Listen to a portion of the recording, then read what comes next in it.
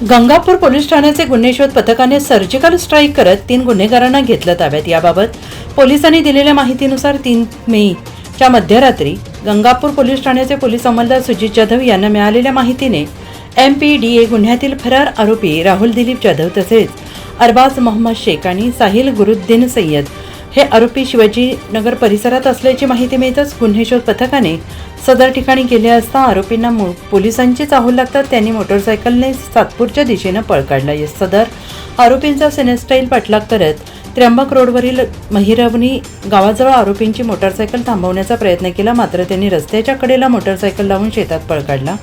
पथकातील पोलिसांनी चिकाटीने तपास करून 3ही आरोपींना ताब्यात घेतलं। सदरची कारवाई पोलीस आयुक्त संदीप कर्णिक, पोलीस उपायुक्त किरण कुमार चव्हाण, सहाय्यक पोलीस आयुक्त नितीन जाधव यांच्या मार्गदर्शनाखाली गंगापूर पोलीस ठाण्याचे वरिष्ठ पोलीस निरीक्षक जगवेंद्र सिंग राजपूत, सहाय्यक पोलीस निरीक्षक निखिल पवार, गुन्हे शोध पथकाचे पोलीस उपनिरीक्षक मोतीलाल पाटील, पोलीस हवालदार गिरीश महाले, पोलीस अंमलदार सुजित जाधव, गोरख साळुंखे, सोनू खाडे, तुळशीदास चौधरी, पोलीस नाईक भगवत थविल, पोलीस शिपाई मच्छिंद्र वाकचौरे, पोलीस अंमलदार राकेश राऊत, मुकेश गांगुर्डे आदींनी ही कारवाई पार पाडली।